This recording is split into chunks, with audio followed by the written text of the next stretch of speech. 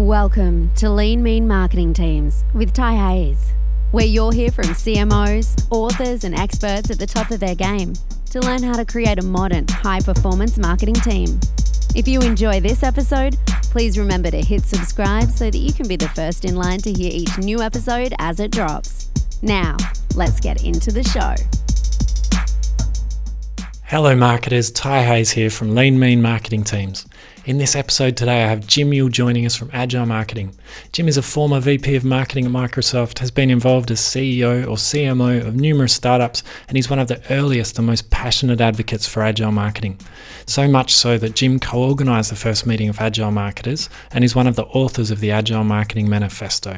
He's guided over 60 organisations through the process of adopting Agile in marketing. In this episode we cover the full gambit of Agile Marketing. We're going to explain what it is, what it isn't, why it matters, and how you can get started. You'll also learn what you can do as a marketing leader to clear the path and enable the transition to Agile Marketing and some of those pitfalls to avoid. We also dig into Jim's new book, The 6 Disciplines of Agile Marketing, Proven Practices for More Effective Marketing and Better Business Results, which is a great, handy, practical handbook to get you started. It's a fascinating dive into the topics. If you have any interest in transforming the way your team works so they can do their best work, then this is a must-listen episode. Welcome, Jim. Really delighted to welcome you to our Lean Mean Marketing Teams podcast all the way from Seattle. Thanks, Ty. I'm excited to have this discussion today. Yeah, and we got connected through Roland Smart, author of Agile Marketer, and I understand you know him quite well. Yeah, Roland and I go back quite a ways. We met through the Agile community and we've become friends. I've gone down to visit him in San Francisco, and we taught a course in Moscow on Agile Marketing once, and so sort of spent a week together, and wow. He's a great guy. I really like him. Yeah. It sounds amazing, and really appreciate him connecting me to you. Obviously, having such a proponent of Agile Marketing and someone as experienced as you on the show is fantastic. So, Jim, you've got quite a storied background in Agile Marketing, and before then, I guess your career leading up to that. Why don't you take us back through your career and I guess how that led to your foray into Agile Marketing? Well, Ty, I started out my career actually as a software developer a long time ago on mainframe computers, but I started in sales and marketing about almost 35 years ago now. And my first 12 years, I was with Microsoft. And Microsoft was a tremendous place to be in the late 80s and all through the 90s until 2001 when I left. And it was agile in its own way, but not agile in the sense that I think about agile today. I mean, it was agile because everybody worked incredibly long hours and worked in what I call hero mode all that time. And then I did 3 startups here in the Seattle area. I was CEO and sometimes chief marketing officer of the startups. And it was really in my first startup that I became familiar with agile as we think about it, right? And that was on the software development side. And then in between the first and the second, I started thinking about how I might apply some of what we had done in software development to marketing. And I read a post by Scott Brinker, who's still one of my favorite people in the marketing world, chief marketing technologist. And he talked about some thoughts about how to apply the Agile Manifesto to marketing. And I went out the next day and I bought a domain name, agilemarketing.net, and I started blogging about it. And that just that was 10 years ago. And it's sort of become the thing that I do now and the thing that I've been known for. Wow. Yeah, and you can see how it all pieces together. I think obviously the tech background and then startups, they've only got a short runway and they need to find, product market fit really quickly. They don't have the luxury of time or money. And I can see how that then led to, that thinking of, well, why can't marketing teams in more established firms provide some of those principles to help their companies become even more customer-centric and help them find that product market fit? So, yeah, and I've done a lot of coaching and consulting over the years. So not only working with startups, but also working with manufacturing firms, and large firms, and so forth. So I've kind of gotten the whole breadth of implementing Agile. So that's been fun. Fantastic. And now, Jim, I think some of our audience, obviously marketing managers, marketing directors, they have varying levels of experience with Agile. Some may have seen their IT or digital team hold stand-up meetings, see the whiteboards filled with sticky notes. Right. They may have heard of the concept, but some others will be fully deep into it and applying agile marketing to the nth degree. But I still think it's somewhat of a misunderstood term, agile marketing. What's a simple definition you've come across or that you use to help explain exactly what it is? Well, I've always defined it in terms of kind of three parts. The first part is that it's an approach to marketing that takes its inspiration from agile software development, which has really taken over software development. 90% of companies practice agile software development today. The second part of the definition is a set of values that are part of the Agile Marketing Manifesto, right? And there's 7 values, but I really bring it down to 5. One is that it involves responding to change over following a plan. Number 2, that it's an iterative approach rather than a campaign-based approach. It emphasizes data and analytics over opinions, which shouldn't be controversial, but actually is quite different from what a lot of traditional marketers do. That it involves individuals and interactions over one-size-fits-all marketing and trying to really customize for the individual. And lastly, that it involves collaboration over silos in terms of how we organize marketing. And then the third part that I make of my definition is, well, what's the benefits of it? Why should you do it, right? And and that is really that it improves the predictability, the productivity, and the effectiveness of marketing. Mm-hmm. And it's really those 3 things that it's really all about. Yeah, fantastic. And I think in today's world, where obviously, teams often have more work than they can handle, and projects blow out, it's so important that you can get that predictability and the transparency of what everyone's working on, right. And that prioritization. So lots of benefits there. So what are some of the common myths that you'd like to dispel about agile marketing, Jim? Well, there are 2 that I've heard frequently. The first is that agile marketing is nothing new. I actually heard this very early on. We had just formed our agile marketing group on Facebook, and somebody responded to some things we posted there and said, "Oh, that's nothing new. I've been doing this for years." And I'm sure that was probably true, that he had been what I call little a agile. And what I mean by that is really dictionary definition of agile, right? That you're responding very quickly and you're nimble and all those kinds of things. And that's fine as far as it goes. But oftentimes to do that, it requires what I referred to earlier at Microsoft, and that is hero mode, people working endless hours, and you've got to have absolutely the top-notch talent and all that sort of stuff. What is different about agile marketing is that I think it's what I would call big A agile. And what I mean by that is that it follows a very specific set of processes, the processes that come from the software developers, things like Scrum and Kanban and Scrumban. And that it also follows a set of values, the ones that I mentioned in my definition. And that big A agile leads to the predictability and the consistency that I associate with big A agile marketing without having to be in hero mode. So that's one of the misconceptions. It's that it's nothing new. Okay. The second misconception that I hear from people is, oh, it's just a buzzword, there's nothing, it's this buzzword thing. It doesn't really exist out there. Right. Well, I beg to differ. In the latest survey of marketers, almost 40% of marketers are now practicing agile marketing. Another 40% intend to implement it within the next 12 months. It is becoming real. People are doing it, and they're seeing benefits from it. Not only just in terms of productivity and effectiveness of marketing, but actually in terms of how they feel about their jobs. One of the most interesting statistics in the latest survey was that something like 75% of agile marketers are happy with how their team is working and the results they're achieving. And that compares to just 34% of what they refer to as ad hoc marketers that have no process or approach. So that's, that's real. It's not just a buzzword. It's really happening out there. Yeah. And that's phenomenal results, isn't it? You know, when you talk Yeah. about building a high performance team, it's about staff engagement, and to have that stark difference between those using it versus not using it is, yeah, pretty strong rationale to do it. And I think it reminds me of Dan Pink's book Drive, and he talked about, you know, 3 elements that motivates teams. You know, a strong purpose, and I know through Agile you can kind of have a North Star metric or a clear goal for each team to give them that sense of purpose, and they understand how what they're doing impacts on the marketing team and the business and how it makes a difference.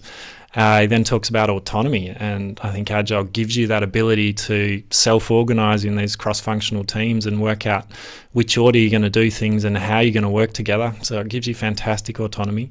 And the last bit is mastery, so the PAM model, and mastery being great at what you do. And I guess when you get to work at your craft in a small cross-functional team and you actually learn from all those around you, if you're a UX, you learn from copywriters, or you learn from the analyst, and you bog in and help each other where you can, you know, you really develop your skill set. So yeah, not only does it deliver customer-centric results, but it helps staff perform at their natural best. And what more do you want as a leader of a high-performance team than to equip your staff to perform at their best? Yeah, it's a great book, and it absolutely does apply to Agile. I'm not sure that's how he intended it when he wrote it, but it absolutely does apply to Agile. Yeah, brilliant. Now, your book, you know, you've got 60, you've helped work with 60 different organizations applying Agile marketing. You're actually one of those people that were at the meeting back in 2012 where you, I guess, embellished and built on and created the Agile Marketing Manifesto. So deep experience in this. And you packaged all that into a new book called The 6 Disciplines of Agile Marketing. Proven practices for more effective marketing and better results.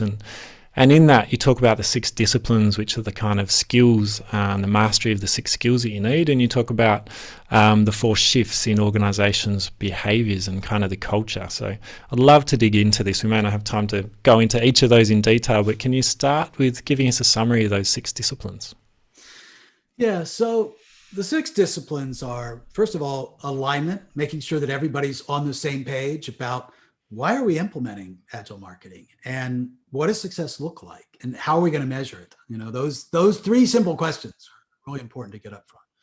The second discipline is structure. You mentioned cross-functional teams. You know, are you going to implement cross-functional teams, and are you going to do it all at once, or are you going to do it gradually? You know, that's a really important issue.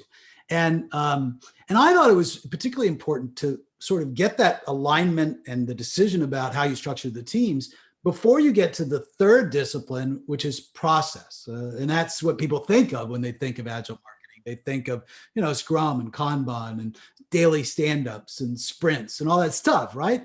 And it's not that process isn't super important. It's just that what I was finding is that people were starting out by going and getting Scrum Master training and doing everything on the process side without getting that alignment or without structuring the team. Okay.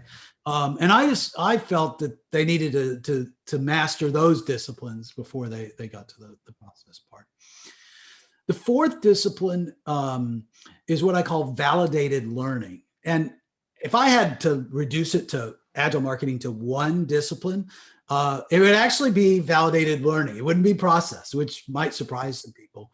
But validated learning is about how we interact with customers and how we do what I call increasing the metabolism of marketing, learning faster so that we can make better decisions and so that we can make better experiences for customers. Okay. The fifth discipline is responding to change, you know, something that we all associate with Agile marketing. And what I found is that although the process helps you in some ways respond to change, there were certain things that you had to do in addition to just practicing Scrum or Kanban or whatever to really be able to respond effectively as a marketing organization to changes like COVID and things that we're seeing today. And then the sixth discipline, and I almost didn't include this one, but I felt like it was really important for marketers to go beyond just marketing and expand how they could impact the entire organization. And that sixth discipline is what I call creating remarkable customer experiences. And I use the term remarkable in the sense that Seth Godin uses it in some of his books, where it means both they're incredible experiences, remarkable, but they also are experiences that people talk about, they remark about, okay? And I think marketing can have some unique contributions to creating those experiences for customers. I also think it's what customers buy today. We don't buy products, we don't buy services. Many times we're buying our experience with the organization or with the brand. So those are the six disciplines and thing that I put together. Yeah, I'd love to dig a little bit deeper into some of those because so much content there to unpack. It's a lot. Yeah. Why don't we start with structure? So I think you raised really important points where a lot of people go straight into the training. They don't think about the structure. And, I think a lot of marketers that I work with as well, they ask that question, where do we start with agile marketing and how do we structure the team? And do we need to go big bang or do we start small? And I guess, part of the Agile Manifesto is that validated learning and testing. So what do you recommend in terms of structure? Do you recommend a pilot kind of scrum team come together and tackle an important project and kind of become the beacon for the team? Or do you go all in and try to structure the team into squads at the outset and get them set up for success before you go into the training? What have you found works best? Yeah, I recommend that people start small with one or two cross-functional teams, okay? I do recommend they start with cross-functional teams, not just scrum teams, to be clear, okay? Because I really think that cross-functional teams are one of the superpowers of Agile. And I think that not enough people use them. I mean, they go out, they start with Scrum and all that, but even if you're doing that and you're still in these, what I call skill set silos, you're not going to see the full benefits of Agile. So I do recommend that people start small with one, maybe two teams at the most, that they learn what works for them and their organization, and then they take those learnings and expand it out. The other thing is that even if you're very experienced with cross-functional teams, you're probably not going to have everybody in cross-functional teams. Let me give you an example. Let's say you have somebody who's a podcast expert, like Annabelle, who we had on earlier, right? Yeah. Or you have somebody who's a videographer, or maybe you have a photographer or something like that. You probably don't need one of those on every single team, right? You really don't. And so you may have a team that has a podcast expert, a videographer, and a photographer, for example, on there, and they have their skill sets. There are other reasons. I mean, I know one company that they have just email specialists because so much of their business is about email, right? And they keep them in a separate skill set silo. Okay, web deployment was another team that I see often still saying as part of the skill set silo. So even when you do have a lot of expertise in cross-functional teams, you're probably still going to have a mix and match of some things as cross-functional teams and others as skill sets. Yeah. And I know Jeff Bezos talked about the two pizza teams as the ideal kind of agile scrum team or cross-functional team where you've got between 3 to 9 people, not very hungry people, I guess, to only eat 2 pizzas. But have you found that's about the right mix, of a small team that might have a designer, a UX, or an analyst, whatever the skills are needed for that particular project? You found that size works about right? Yeah, I think the size is important, and it's the Scrum Alliance and their guide to Scrum talks about that. It's kind of, if I remember their numbers, it's like 5 plus or minus 2. I'm not sure if that's right, but anyway, some of the same 3 to 9. Yeah. But the other important thing, and you alluded to this, is that they have all of the skills necessary to get what they need to get done on the team. Okay. Maybe a few things like legal or, I mentioned the videographer and so forth that aren't on there, but they do have to have design people and, people who are experts in, say, performance marketing, if that's important, or, whatever it is, because if you don't have those skill sets on the team, it slows you down. By the way, one of the objections that I get to that is people say, well, we won't have people 100% utilized. When you're doing the planning, the performance marketing guy is not going to be used. Well, what I say to that is, look, it's more important to maximize the business process and solving the business problem and creating a great customer experience than it is to keep everybody 100% busy all the time, right? I mean, you ask any CEO, I've been a CEO 3 times, right? If I had to choose between solving my business problem and getting the business outcomes that I want and keeping everybody 100% busy and not solving it, that's an easy choice, right? It really is. And so, so I think that's really important that they have the skill sets necessary on the cross-functional team. Yeah, and it's a mindset shift as well, isn't it? Not from Yes. utility and time sheeting and, tracking outputs to actually tracking outcomes for the team.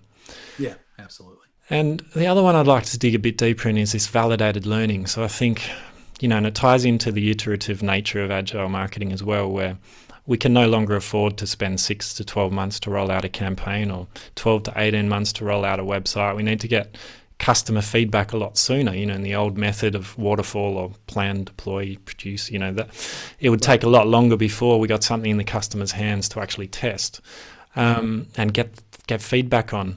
But I think some teams still grapple with how does that apply, especially if they're doing large, above the line campaigns. How can they test that in a more iterative way and get feedback along the way? What's been your experience with that?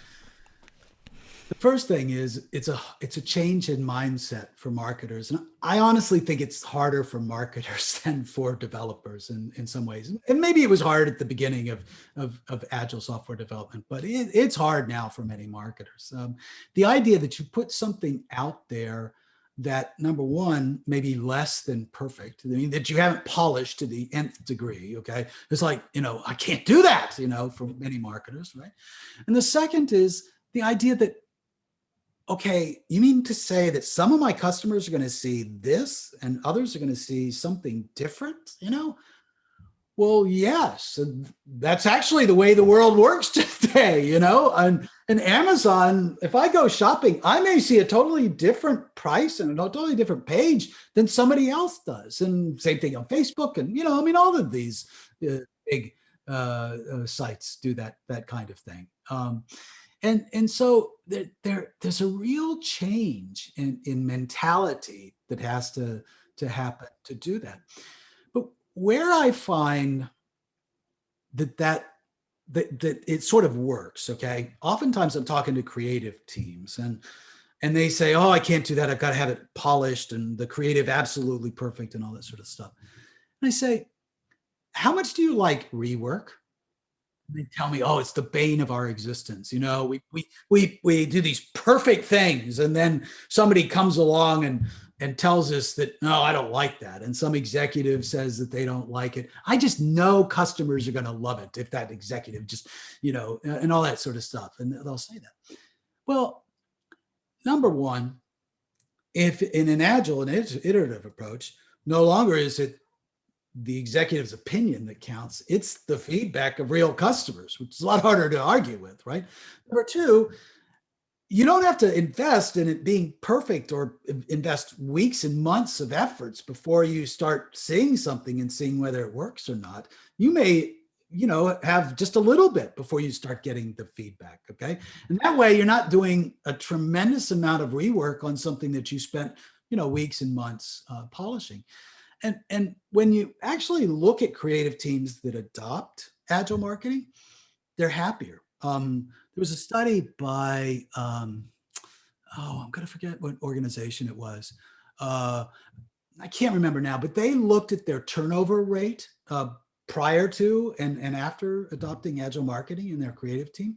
And it went from like 75% turnover in a year to negligible turnover in the next year because people were much happier with their jobs because it was more predictable. They had less rework. They felt like they really were getting closer to customers. Yeah. It made a difference in terms of how they felt about their jobs. Yeah. Well, it gives you that feedback loop a lot sooner, doesn't it? So, as staff, we all like to get feedback and we all we like to know we're making a difference. And I guess the fact that Agile puts the customer first and relies on that customer feedback and interaction rather than hippo or the highest paid, person in the room. adds significant value. So Absolutely. very good. And the old saying, perfection is the enemy of done. That mindset shift to just get something out and get feedback. It is really hard as creatives because you want to polish that bit of copy, you want to polish that design, you want to polish that video. Absolutely. But, there's also that curve where the last, 10% of effort takes a lot of time, and it doesn't, unfortunately, add a lot of value to the customer. A lot of the hard work is done early in a project. So I guess holding on to that and knowing that, when is it good enough to get to market is an important mindset. Yeah, absolutely. So on to mindsets, I think the other part of your book were these 4 shifts required. Can you tell us a bit about those?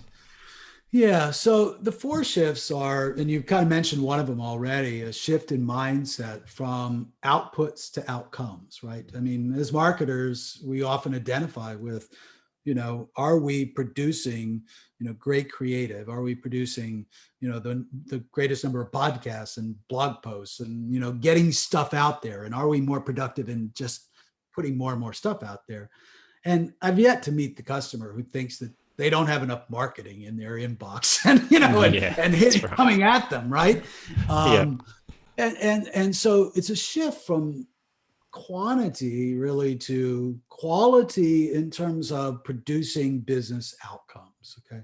It also shifts the role of marketing from being, sort of a content factory to being part of the business who contributes to the bottom line, in terms of revenue and profitability and all those other things that are important. So that's the first shift. The second shift is from, and we've kind of talked about this, from campaigns and a campaign mentality to continuous improvement. Okay. It's not just being first to market out there, but it's continually improving, continually refining what we have, and making it better over time. The third shift is from an internal focus to a customer focus.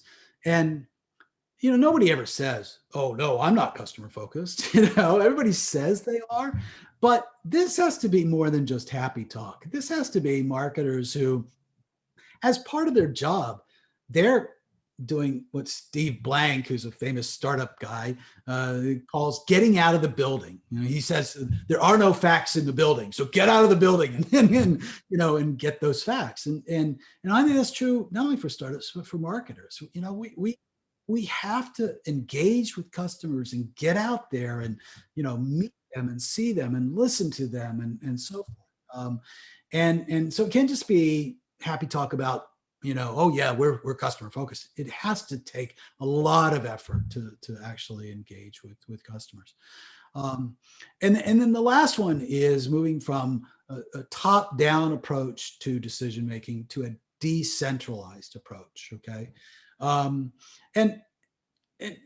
that is particularly important. It doesn't mean that all decisions are made at the bottom, and it means that some are made at the top and others are pushed down. And the idea is to, one, reserve the executive time for those decisions that only they can make, okay, and free them up to do that, while at the same time increasing the autonomy and the decision-making capability of people at the front lines who often have better information and oftentimes can act more quickly on decision-making. I talk about, some examples in the book, like, one of the ones is, one of the hotel chains that tells their employees, you can spend up to $2,000 per customer just making the customer happy if you really need to do that, right? And they do that, and consequently, they have one of the best loyalty programs in the hotel industry. Yeah. Anyways, there are a lot of examples like that where people on the front line making decisions can actually make better decisions and quicker decisions than the executive staff. Yeah. I think a couple of things I'll pick up there are obviously the customer and the importance of that. And Steve Blank, he talks about jobs to be done, and you're talking about I think part of that is the journey maps and the personas, and that's speaking to customers, not just having a persona on the wall, but deeply understanding the customer is obviously critical. And then you talked about the executive and how they need to change. And I think, like you kind of mentioned, you won't find a CMO that says, "Oh, I'm not that busy." They're in back-to-back meetings. They're constantly fighting fires and setting strategy and getting their hands dirty as well. And I think there's other tools in Agile and Kanban around kind of visualizing the work. And I found that it's not until you visualize the work and you map out some of the processes that you perhaps realize, where can those decisions be pushed down, right? Because the CMO may be having approval loops at so many stages in a process where they should be really possibly making sure the brief's right, and maybe a check-in at some point and a check-in at the end, and push all those other decisions down. Is that what you found, that kind of implementing some of the tools of Agile, either visualizing the work and doing that kind of process mapping has been useful to iron some of that stuff out? Yeah, I think that the visual nature, particularly of something that I cover in the book called portfolio Kanban, where you're showing the various marketing programs and the various marketing projects and how they align to the strategic initiatives of the organization. And you see that in a very visual way, okay? I actually don't think CMOs should be writing creative briefs or approving them or any of that stuff, okay? Instead, I think they ought to be, one, figuring out what's the key strategic initiatives, okay? And then maybe within those strategic initiatives, figuring out what are the programs that are an important part of that, okay? But allowing their team the autonomy of how to implement that program and how to achieve those strategic initiatives, okay? And then the other key thing that I think is part of the executive responsibilities is to remove some of the obstacles. One of the things that we talk about in daily stand-ups, right? There's 3 questions. What did you do yesterday? What are you going to do today? And what obstacles are keeping you from moving forward, right? And so one of the things that I talk about in the book is, how to form a executive management team that's all around removing those obstacles, okay? And putting, in particular, some of the middle managers, not the CMO himself or herself, but the middle managers in charge of doing that and removing those obstacles and helping with the success of Agile by doing just that. Yeah. And it kind of, I guess, comes to a clear role of a leader, which is to clear the path for the team. And it's that servant leader approach, Robert Greenleaf and all that. Yeah, that's right. And what are some of the other shifts that the CMO, obviously they're going to play a critical role in the success of any Agile marketing rollout. You've touched on a couple, but what else can the CMO do to make sure it's a success in terms of the implementation? Anything else? There's some other things. Like, one is letting their team decide how they're going to implement Agile. Okay, not if, but how. So, the CMO should not be making a decision about whether they practice Scrum or Kanban or Scrumban or some mix of the others. The team should be figuring that out, right? But it goes beyond that. It goes down to when I'm coming into an organization and I'm helping them figure out how to implement Agile, one of the first things that I do is I do an exercise called Find Your Why, and I do it at the level of the individual contributors. And I ask them, number one, what's going well that you want to make sure that you don't lose as we implement Agile marketing, right? And that's an important question because there are going to be people who are afraid of the change, and there are things that they like about what's happening now, and they want to know that those things are not going to go away. Okay, so that's the first question. The second question is, what could go better? I don't ask them what's broken. I ask them what could go better, right? Yeah. And what we do is we build up support from the bottom up, because I don't know. I've always believed that people support what they help create.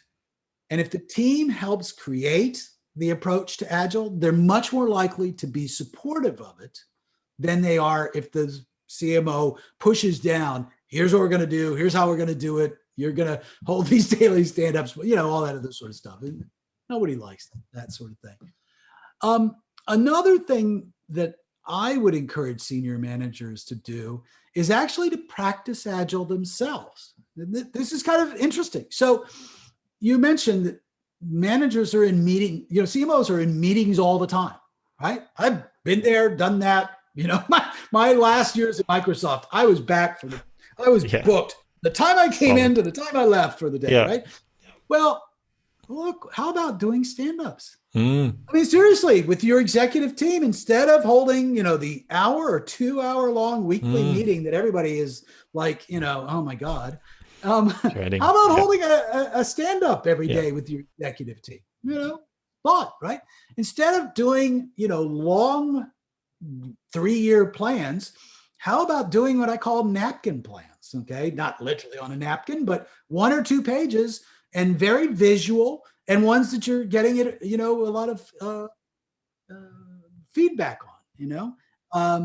There are things like that, but applying Agile to the way that executives manage to themselves, and making themselves more agile. Not to mention the decision making. Make sure you're applying data and analytics and not just your experience. And I think staff will look to the leaders to see if they're adopting it, right? So you need that buy-in at all levels. And if the CMO's touting the importance of this and making the team, or trying to influence or encourage the team to hold stand-ups or even use Kanban, whether it's a whiteboard or a digital tool, and they're not doing it themselves, and it kind of sends the wrong message. And I know, when I was CMO and I implemented Agile, just having that whiteboard up in my room with things I was working on sent a message to the team that we're taking this seriously. And the whole premise, I guess, of a stand-up meeting is you don't get comfortable. It is short because you can't stand for that. You don't want to stand for that long, and it just that simple act really does change the energy of a meeting. And asking those 3 questions keeps things moving forward. And I think some people are concerned about the overhead of Agile. They think, we can't have a stand-up meeting every day, and we can't have sprint planning and sprint reviews, and they think it's going to add on all this overhead, but they don't think about the time it saves in terms of the emails back and forth, and the 2-hour project meetings that can be handled, much quicker in this way, where there's such better open communication loops. There's lots of evidence to show that there's nothing kind of beats face-to-face over email and all these other channels. So can really see, there's some misconceptions there, I think, about the overhead of Agile. Sure, there is overhead. You need to do your sprint planning, you need to do reviews, you need to do your stand-ups, but I think thinking that's a burden on the team rather than an enabler to actually get things done faster, I think, is possibly a misconception. Would you agree?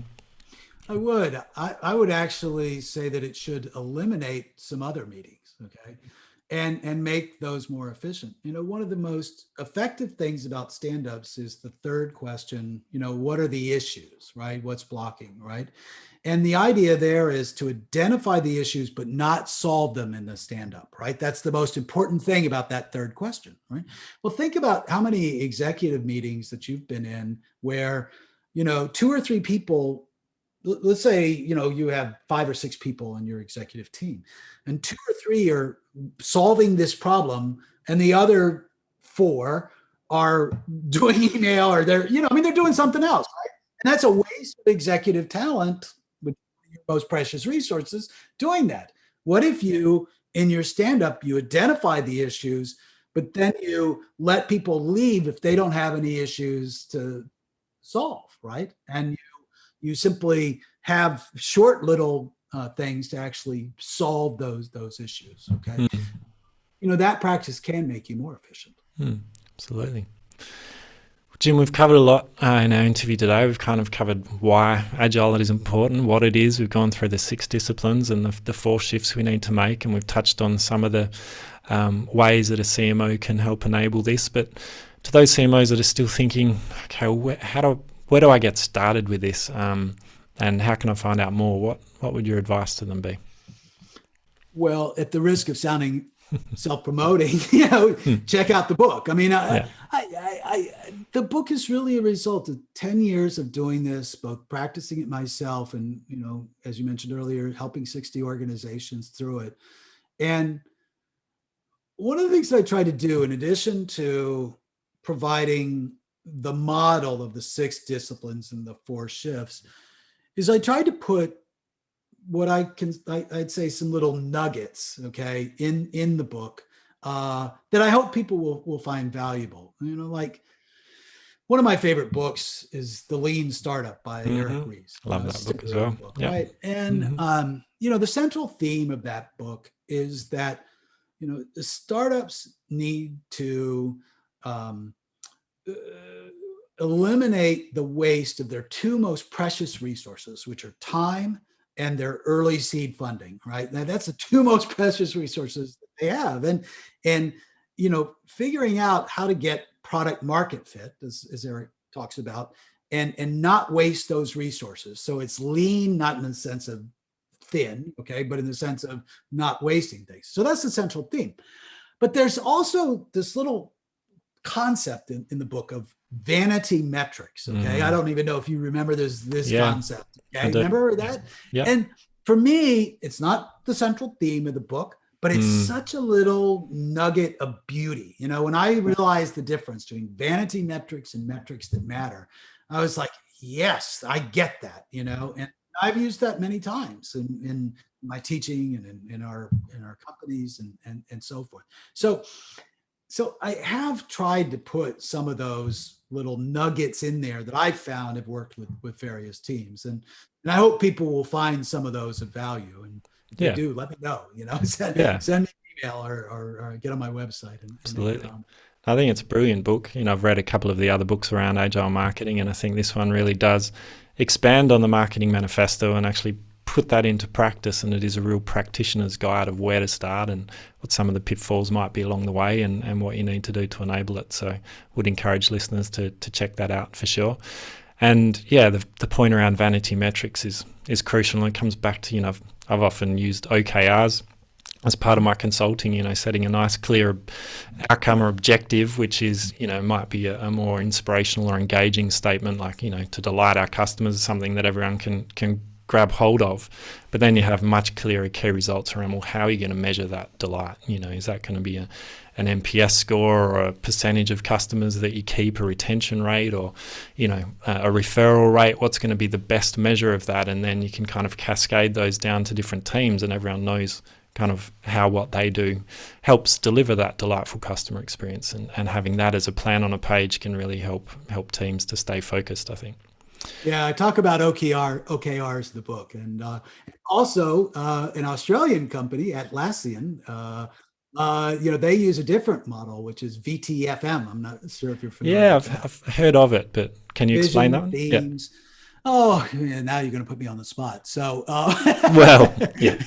So, you got to have a vision as a company. When I was with Microsoft, it was, a computer on every desk and in every home, right? Then you have your themes, right? So what are your themes of your strategy? Like, for example, one of the companies that I worked with to help them implement agile marketing, they had a theme of making it as easy as possible to do business with. M is for measure. Measurements. Yeah, makes sense. I know that's that. So I'm forgetting F. But, focus. Focus. F there we go. Yeah. What are the focus areas? There you go. I finally remembered them. Yeah, makes sense. Okay. It's okay, Jim. We've come to the end of the main body, but we're going to go into the lightning round questions. Yep. So what do you believe are the 3 essential attributes or capabilities of a high-performance marketing team? Well, one of my favorite books is Patrick Lencioni's 5 Dysfunction of a Team. And his prescription's not 3 things, but it's 5. Okay. But I'll just cover 3 of them. One is trust. Having trust in a team is absolutely essential to having a high performance team. It's the bedrock. The second is productive conflict. Okay.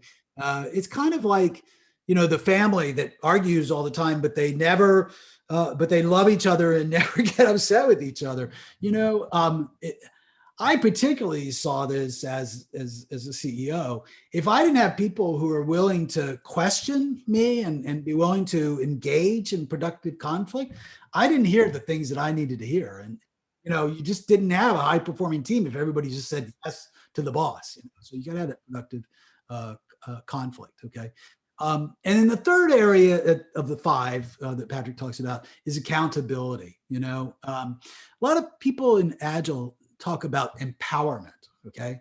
And empowerment is a good thing, but you got to realize that empowerment also comes with accountability, So if you are an individual contributor and you say, I want to be empowered, well, somebody doesn't give you empowerment. I mean, they can make it easier for you, but eventually that has to translate into accountability. And I am going to be willing to not only be empowered, but I'm going to be willing to accept that accountability. And I think that's another important thing, to hold each other accountable. For performance. So great.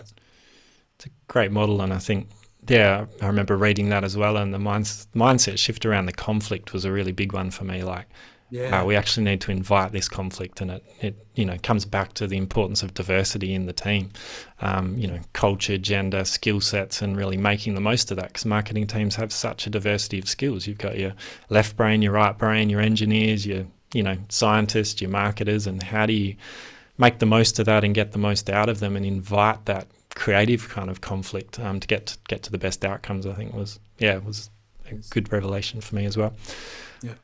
Is there one metric you've successfully used to track and measure team performance? Well, it varies by business. I talked earlier about, focusing on outcomes rather than outputs. So I think that you do have to figure out what those outcomes are for your business. The one thing I would say here that is specific to marketers is that you can't simply take an outcome like sales or profitability, which ultimately, the business is held accountable for. And the reason I think you can't just choose those is that those outcomes are dependent on much more than just marketing, right? And so I think what I tell people is figure out the customer behaviors that lead to those outcomes, right? So, for example, if the outcome is sales, what are the customer behaviors that lead to sales? Well, one behavior might be, signing up for a trial, okay? Another might be that someone doesn't just sign up for the trial, but they engage during the first 3 days of the trial, or, whatever that behavior is. And you have to identify those things. And I think it's helpful for marketers to figure those things out and to be measured on those things and prove the link between those customer behaviors and the outcomes like sales and profitability. It's brilliant. It comes back to the customer journey and mapping that out, and I guess having clear metrics along that journey, and then you can give teams ownership of the accountabilities through that stage and make sure they're creating that amazing customer journey. Yeah. Jim, what's one skill or capability you've learned recently that you wish you'd developed much earlier in your career, and why? Well, it's the concept of coaching people versus managing results, okay? I must admit that when I first became a manager, I focused much more on managing results. I mean, it showed up in a lot of different ways. One of the ways was how I held one-on-ones. I would say, okay, here's what you're responsible for. Did you get this done? Did you get that done? Did you, produce this outcome? All that sort of stuff. And, I'm a little chagrined to say that people felt micromanaged in doing it. No surprise. It took me a while to realize that. And it really wasn't until I sort of got away from managing people directly and I started doing coaching as part of my consulting practice that I realized there really is a different approach. And I started trying to, even when I went back to managing, think more like a coach. Okay. So that emphasis on coaching rather than managing results was a late in life learning. It's a good one. It's a lot more about asking questions, isn't it, than than giving answers. Yeah. And what book have you read that you found yourself recommending to others, or that you think the audience might get value from? Well, there's so many. We've talked about a number. Yeah, we have. Yeah. This interview, but I'm going to give you one older book and one new, both of which I'm hoping you haven't heard of. Okay, the old book is called The 20 Immutable Laws of Marketing by Al Ries and Jack Trout. It's actually a book from the 1960s. Okay, so it goes even before my marketing career, but it's brilliant. It's so thick, 20 kind of one-page recommendations.